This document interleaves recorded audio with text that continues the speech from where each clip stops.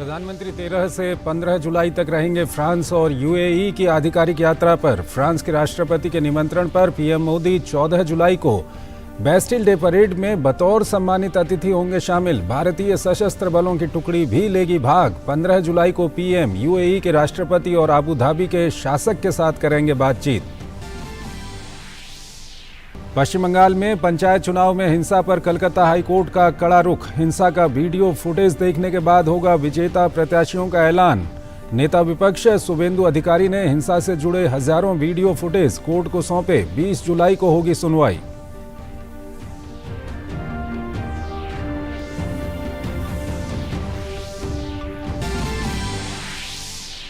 पश्चिम बंगाल पंचायत चुनाव में हिंसा प्रभावित इलाकों का दौरा करने के लिए रविशंकर प्रसाद की अगुवाई में भाजपा की 4 सदस्यीय टीम कोलकाता पहुंची। हिंसा के लिए ममता सरकार को जिम्मेदार ठहराते हुए रविशंकर प्रसाद ने कहा, लोकतंत्र हुआ शर्मसार।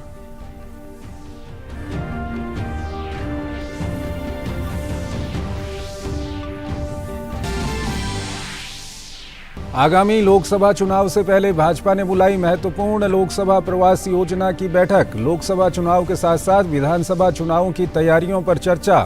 पार्टी अध्यक्ष जेपी नड्डा की अगुवाई में पदाधिकारियों के अलावा कई केंद्रीय मंत्री भी हुए शामिल। राज्यसभा चुनाव के लिए भारतीय जनता पार्टी ने जारी की उम्मीदवारों की लिस्ट। गुजरात से बाबूभाई जेसंगभाई देसाई और केसरी देव सिंह जाला को बनाया उम्मीदवार। पश्चिम बंगाल से पार्टी ने अनंत महाराज को उतारा। राज्यसभा की 10 सीटों के लिए 24 जुलाई को होगा मतदान।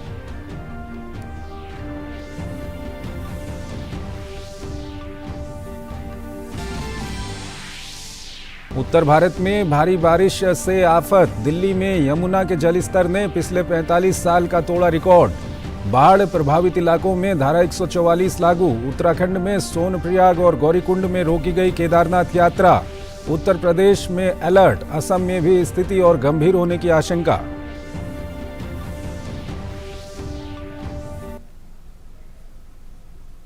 नमस्कार, डीडी न्यूज में आपका स्वागत है। मैं हूं चंद्रशेखर जोशी और आइए सबसे पहले बात करते हैं प्रधानमंत्री के विदेश दौरे की।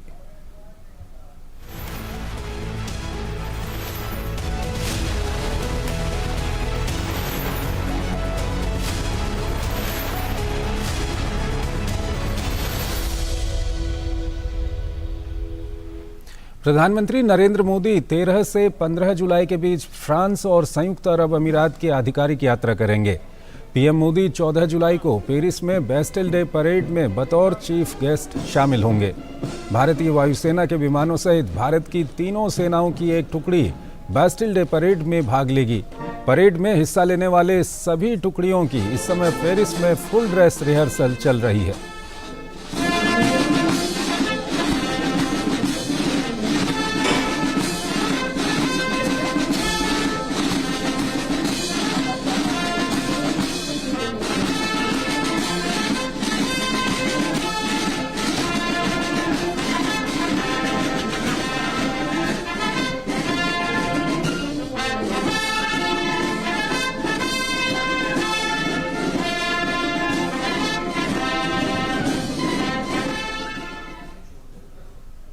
इस सब के बीच विदेश सचिव विनय मोहन क्वात्रा ने बताया कि प्रधानमंत्री नरेंद्र मोदी कल सुबह फ्रांस और यूएई की यात्रा के लिए रवाना होंगे।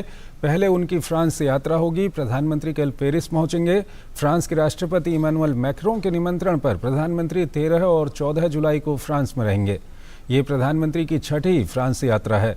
प्रधानमंत्री मोदी कल पहुंचने के बाद उसी दिन फ्रांस की प्रधानमंत्री एलिजाबेथ बॉर्न और फ्रांसीसी सीनेट के अध्यक्ष से मुलाकात करेंगे।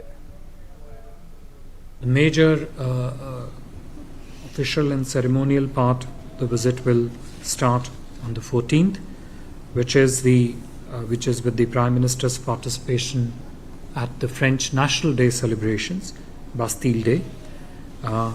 This is a very, very special gesture extended by France to Prime Minister Modi.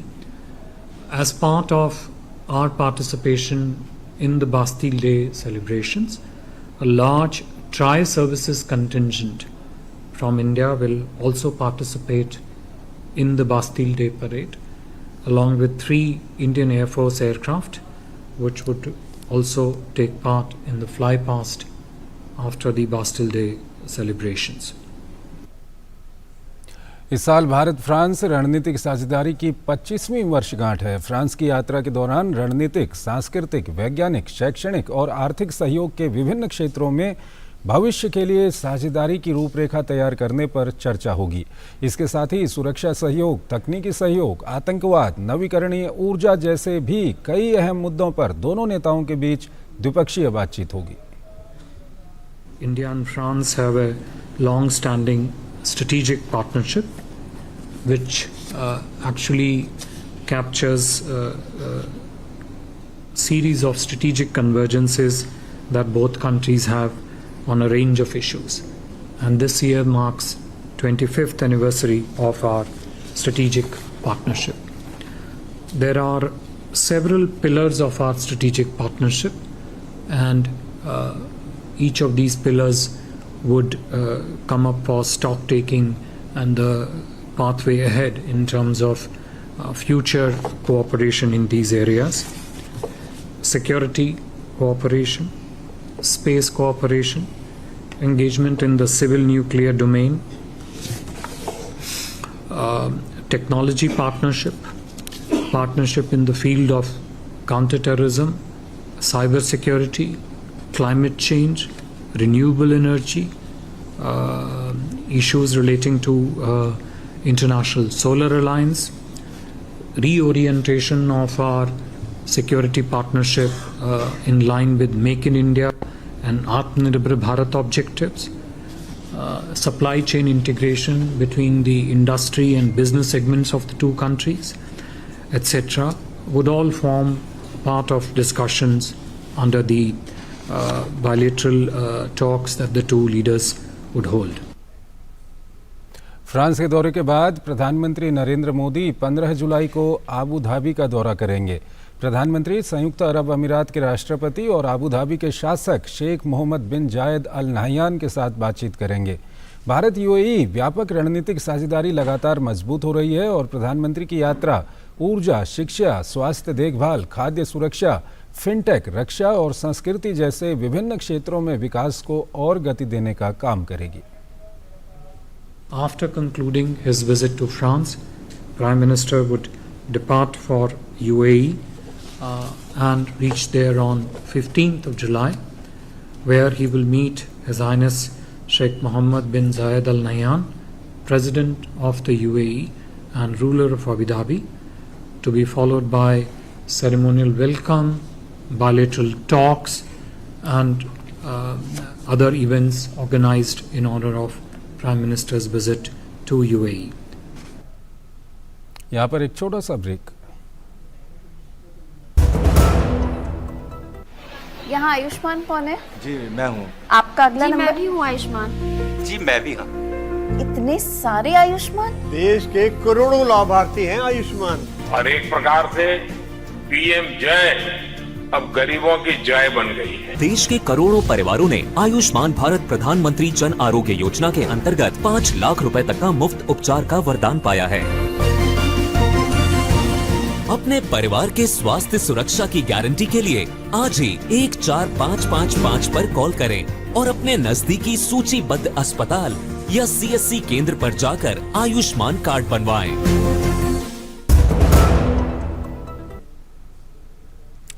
स्वागत है आपका ब्रेक के बाद और आइए अब बात करते हैं पश्चिम बंगाल पंचायत चुनाव से जुड़ी हुई खबरों की। पश्चिम बंगाल पंचायत चुनाव में चुनावी हिंसा पर कलकत्ता हाईकोर्ट ने कड़ा रुख अपनाया है। नेता विपक्ष शुभेंदु अधिकारी ने हिंसा से जुड़े हजारों वीडियो फुटेज कोर्ट को सौंपे हैं। वीडियो के मद्देनजर अदालत ने कहा है कि हिंसा के वीडियो फुटेज देखने के बाद ही विजेता प्रत्याशियों का ऐलान होगा। इस मामले में अगली सुनवाई 20 जुलाई को होगी।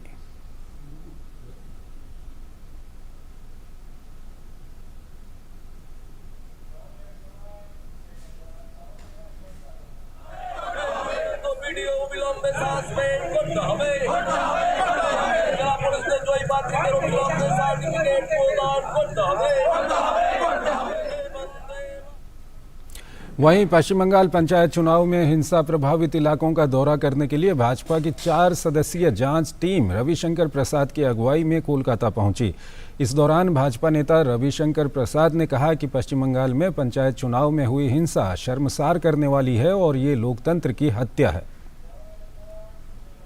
जो बंगाल के ग्राम पंचायत के चुनाव में जो हिंसा हुई है, जो हत्या हुई है, लूट हुई है बैलेट पेपर्स की, बैलेट बॉक्सेस की, जो लोकतंत्र के साथ इतना बड़ा पाप हुआ है, सिन विद डेमोक्रेसी, इसकी जांच के लिए 5 हमारे सम्मानीय एमपीज के साथ मेरे कन्वीनरशिप में बंगाल भेजा है। वहीं भाजपा नेता ने बंगाल के लोगों का आभार जताते हुए भविष्य के लिए लड़ाई जारी रखने की बात कही।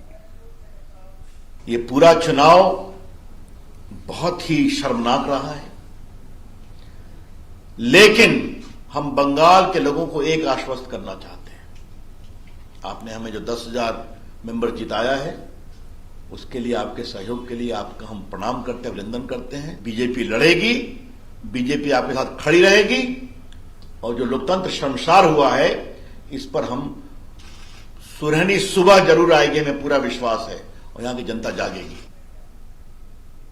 कर्नाटक के बेंगलुरु में भाजपा कार्यकर्ताओं ने विधानसौधा में गांधी प्रतिमा पर जैन साधु की हत्या की केंद्रीय जांच ब्यूरो सीबीआई से जांच कराने की मांग को लेकर विरोध प्रदर्शन किया। प्रदर्शन में पूर्व मुख्यमंत्री बसवराज बोम्मई भी शामिल हुए।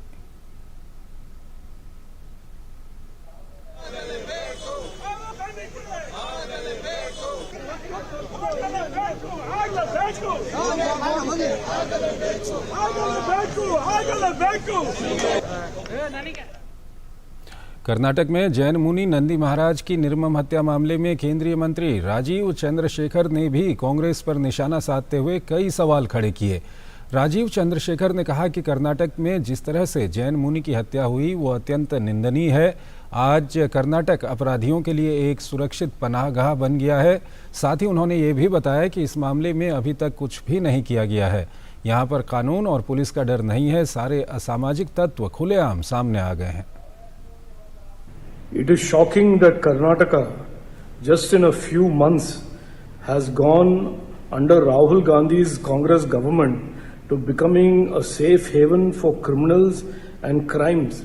This recent brutal murder of Jain Muni Acharya Nandi Maharaj, Kamakumara Nandi Maharaj from Chikkodi in Belgaum is shocking. The Jain Munis are known for their non-violence, their service to communities and society, and for somebody like him, a gentle person from a very gentle religion who preaches non-violence, to be brutally murdered in this fashion, and the police and the government swinging into action only after repeated protests of the BJP shows the kind of state that Karnataka is surely and slowly becoming a safe haven for these type of criminalities. It is shocking, and a question should be asked: what is happening to Karnataka? Police ने सेना के साथ मिलकर बडगाम में प्रतिबंधित आतंकी संगठन लश्कर ए तैयबा से जुड़े 5 आतंकवादी सहयोगियों को गिरफ्तार किया है और उनके कब्जे से आपत्तिजनक सामग्री बरामद की है। पुलिस ने सेना के साथ मिलकर जिला बडगाम के खाग इलाके में 5 आतंकवादी सहयोगियों को गिरफ्तार किया। उनकी पहचान रऊफ अहमद वानी पुत्र अब्दुल मजीद वानी निवासी भटंगन खग, हिलाल अहमद मलिक पुत्र गुलाम हसन मलिक निवासी बथीपुरा खग, तौफीक अहमद डार पुत्र नज़ीर अहमद डार निवासी नवरोज़ बाबा खाग, दानिश अहमद डार पुत्र मंजूर अहमद डार निवासी डार मोहल्ला नवरोज़ बाबा खग और शौकत अली डार पुत्र अली मोहम्मद डार निवासी बठीपुरा खाग के रूप में हुई है। ये सभी प्रतिबंधित आतंकी संगठन लश्कर ए तैयबा से जुड़े हुए हैं। उनके कब्जे से आपत्तिजनक सामग्री बरामद की गई है। सभी बरामद सामग्रियों को आगे की जांच के लिए केस रिकॉर्ड में ले लिया गया है और एफआईआर दर्ज कर आगे की कार्रवाई की जा रही है। केंद्र सरकार केरल के तिरुवनंतपुरम मुथलपोझी बंदरगाह पर लगातार हो रही मछुआरों की नौका दुर्घटना की जांच के लिए एक विशेषज्ञ समिति भेजेगी। मुथलापोझी बंदरगाह में लगातार मछली पकड़ने वाली नाव दुर्घटनाओं की घटनाएं देखी जा रही हैं। ये घोषणा आज केंद्रीय मत्स्य पालन मंत्री परषोत्तम रुपाला ने विदेश राज्य मंत्री वी मुरलीधरन के साथ बैठक के बाद एक प्रेस वार्ता में की। वी मुरलीधरन ने इस मुद्दे पर हस्तक्षेप करने का अनुरोध किया था। हाल के दिनों में मुथलापोझी बंदरगाह में नाव दुर्घटनाओं की संख्या में वृद्धि हुई है और नवीनतम दुर्घटना में इस महीने की 10 तारीख को 4 मछुआरों की जान चली गई। पुरुषोत्तम रुपाला ने कहा कि इस मामले पर राज्य सरकार से चर्चा की जाएगी और मछुआरों की मांग पर भी विचार किया जाएगा। उन्होंने कहा कि पूरे मामले में विशेषज्ञ समिति की रिपोर्ट के आधार पर आगे की कार्रवाई की जाएगी। वी मुरलीधरन ने कल पुरुषोत्तम रुपाला से मुलाकात की थी और इस मुद्दे पर अपनी चिंताओं से उन्हें अवगत कराया था। क्षेत्र में नाव दुर्घटनाओं की बढ़ती संख्या के कारण स्थानीय मछुआरों का विरोध बढ़ रहा है। मछुआरों का आरोप है कि अपर्याप्त ड्रेजिंग और बंदरगाह का अवैज्ञानिक निर्माण मुथलपोझी में बार बार होने वाली दुर्घटनाओं का कारण बन रहा है। केंद्रीय गृह एवं सहकारिता मंत्री अमित शाह ने आज राजधानी दिल्ली में राष्ट्रीय कृषि और ग्रामीण विकास बैंक नाबार्ड के 42वें स्थापना दिवस समारोह को संबोधित किया। अमित शाह ने अपने संबोधन के दौरान कहा कि 65% ग्रामीण जनसंख्या जिस देश में हो उस देश की कल्पना नाबार्ड के बिना नहीं की जा सकती। उन्होंने कहा कि पिछले 4 दशक से नाबार्ड इस देश की ग्रामीण अर्थव्यवस्था, इंफ्रास्ट्रक्चर, खेती, कोऑपरेटिव संस्थाएं और 1.5 दशक से स्वयं सहायता समूहों के लिए रीढ़ की हड्डी साबित हुआ है। 65% ग्रामीण जनसंख्या जिस देश में हो उस देश की कल्पना नाबार्ड के बगैर की ही नहीं जा सकती। तो 4 दशक में और विशेषकर 3 दशक में नाबार्ड ने इस देश की ग्रामीण अर्थव्यवस्था, ग्रामीण इंफ्रास्ट्रक्चर, खेती, एग्रीकल्चर, इस देश की कोऑपरेटिव संस्थाएं और 1.5 दशक से इस देश के स्वसहाय जुटों की विकास की रीढ़ की हड्डी ने नाबार्ड सिद्ध हुई है। अमित शाह ने ग्रामीण विकास में नाबार्ड की सराहना करते हुए कहा कि 14% वृद्धि के साथ नाबार्ड ने अब तक 20 लाख करोड़ रुपए ग्रामीण विकास में फाइनेंस किया है। नाबार्ड के बिना देश की अर्थव्यवस्था और ग्रामीण विकास की कल्पना नहीं की जा सकती। उन्होंने प्रधानमंत्री नरेंद्र मोदी के 9 साल के शासन की तारीफ करते हुए कहा कि गरीबी उन्मूलन के लिए जब इतिहास लिखा जाएगा तब मोदी जी के 9 साल के शासन को स्वर्ण अक्षरों में लिखा जाएगा। ये 42 साल में नाबार्ड ने 14% के वृद्धि दर के साथ 20 लाख करोड़ रुपया ग्रामीण अर्थव्यवस्था में रिफाइनेंस करने का काम किया। ये जो सिद्धि है इसके बगैर देश की ग्रामीण अर्थव्यवस्था और ग्रामीण विकास की कल्पना ही नहीं की जा सकती। गरीबी उन्मूलन के लिए और कृषि के विकास के लिए जब भी देश का इतिहास लिखा जाएगा नरेंद्र मोदी जी के 9 साल का शासन स्वर्णिम अक्षरों में लिखा जाएगा। इसी साल दिल्ली के प्रगति मैदान में आयोजित होने वाली इंडिया मोबाइल कांग्रेस की तैयारियों पर बोलते हुए इलेक्ट्रॉनिक्स और सूचना प्रौद्योगिकी मंत्री अश्विनी वैष्णव ने कहा कि इस बार इंडियन मोबाइल कांग्रेस में पार्टनर कंट्री की संख्या बढ़ाने पर खास तौर पर जोर दिया जा रहा है। केंद्रीय मंत्री ने कहा कि इस बार ज्यादा से ज्यादा विश्वविद्यालयों के छात्रों को जोड़ने पर भी जोर दिया जा रहा है। उन्होंने कहा कि टेलीकॉम सेक्टर में लगातार सरकार के समर्थन से इस क्षेत्र को बढ़ावा देने की कोशिश की जा रही है। 18,000 crore is a big telecom manufacturing level that we have reached, but time to scale it up 4x, 5x, 10x बढ़ाने की जरूरत है और वो कैपेबिलिटी है, वो सपोर्ट है गवर्नमेंट का। Time to really scale it up and position India as a technology powerhouse. Delhi में यमुना के बढ़ते जल स्तर ने 45 साल का रिकॉर्ड तोड़ दिया है। इससे पहले वर्ष 1978 में यमुना का अधिकतम जल स्तर पहुंचा था 207.49 मीटर। दिल्ली में चिल्ला गांव के नजदीक कुछ लोग अभी भी टापू पर फंसे हुए हैं। इसका जायजा लिया हमारे संवाददाता गिरीश निशाना ने। देश की राजधानी दिल्ली में लगातार यमुना नदी का जलस्तर बढ़ रहा है। इस समय दिल्ली में यमुना नदी का जलस्तर खतरे के निशान से काफ़ी ऊपर बह रहा है। वर्ष 1978 की अगर बात की जाए तो वर्ष 1978 में जब दिल्ली में बाढ़ आई थी उस समय यमुना नदी का जलस्तर 207.49 मीटर हुआ करता था। हालांकि अगर इस बार की बात की जाए तो अभी दिल्ली के अंदर यमुना नदी का जलस्तर 207.65 मीटर पर पहुंच चुका है और जो देश की राजधानी दिल्ली में लोगों को काफ़ी समस्याओं का सामना करना पड़ रहा है। इस समय हम मौजूद हैं पूर्वी दिल्ली के चिल्ला गांव के नज़दीक।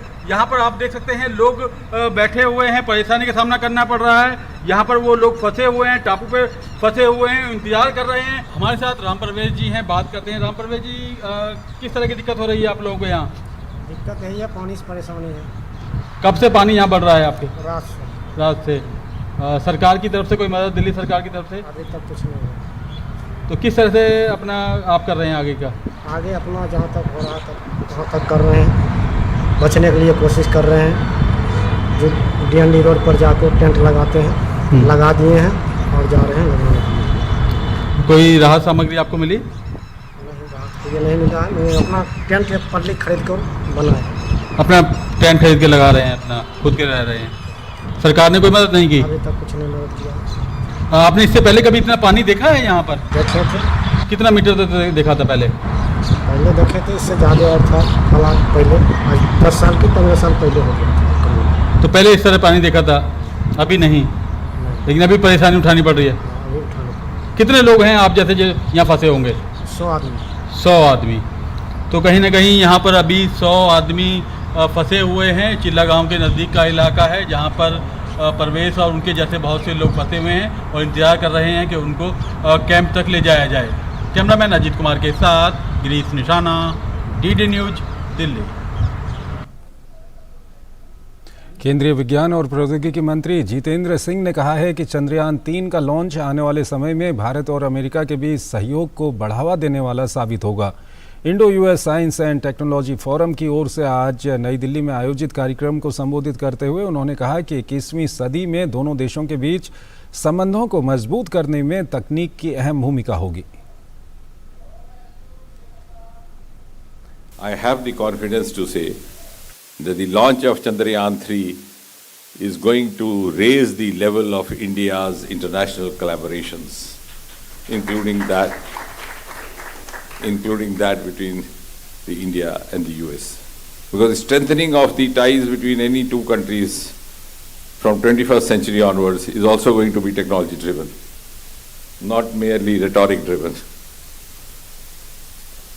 And in the process, as these two great democracies and nations move on, I'm sure they will also be contributing as global players in the emerging new world of 21st century. Bharat में America के राजदूत Eric Garcetti ने इस मौके पर कहा कि quantum technology और आर्टिफिशियल इंटेलिजेंस पर मिलकर काम करने का फायदा दोनों देशों में लोगों के जीवन स्तर को सुधारने में होगा। उन्होंने कहा कि तकनीक के क्षेत्र में भारत और अमेरिका के बीच मिलकर काम करने का लंबा इतिहास रहा है। Fostering joint quantum and artificial intelligence development will go a long way to make sure that we don't just have cutting edge technology, but that technology is used for good. That it is used to improve our lives for everyday people in a tangible way that touches our lives. Our countries have a long history of working together with technology to empower people economically and to improve the social quality of their lives. And it's based on trust, deep friendship. और आइए अब खबरें देखते हैं G20 बैठक से जुड़ी हुई।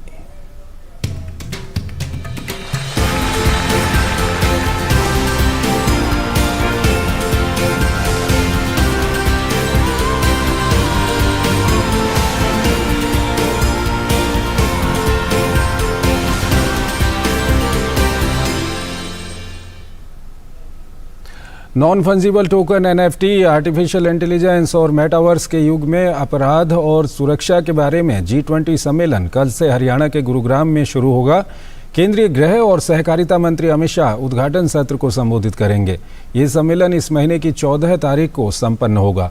इसके समापन सत्र को इलेक्ट्रॉनिकी और सूचना प्रौद्योगिकी मंत्री अश्विनी वैष्णव संबोधित करेंगे। गृह मंत्रालय के अनुसार अमित शाह देश के 7 प्रमुख शैक्षणिक संस्थानों से साइबर स्वयंसेवी दलों को झंडी दिखाकर रवाना भी करेंगे। विशेष रूप से पहचान किए गए ये स्वयंसेवक समाज में साइबर जागरूकता पैदा करने, हानिकारक सामग्री की पहचान करने और उसे उजागर करने की दिशा में काम करेंगे। वो समाज को साइबर सुरक्षित बनाने में तकनीकी सहायता भी प्रदान करेंगे। गृह मंत्री इस अवसर पर एक प्रदर्शनी का उद्घाटन करेंगे और सम्मेलन का मेडल भी जारी करेंगे। सम्मेलन में G20 देशों, 9 विशेष आमंत्रित देशों, अंतर्राष्ट्रीय निकायों, प्रमुख प्रौद्योगिकी कंपनियों और विभिन्न क्षेत्रों के करीब 900 प्रतिनिधि भाग लेंगे। केंद्रीय सूचना एवं प्रसारण मंत्री अनुराग सिंह ठाकुर केंद्र शासित प्रदेश लद्दाख के 3 दिवसीय दौरे पर हैं। अपने दौरे के दौरान केंद्रीय मंत्री ने भारत चीन सीमा पर पूर्वी लद्दाख में स्थित गांवों का दौरा किया। इस दौरान केंद्रीय मंत्री 14,000 फीट की ऊंचाई पर मनाली लेह हाईवे पर बसे डीबरिंग गांव में रुके। यहां पर उन्होंने खुद हैंडपंप चलाकर पानी पिया।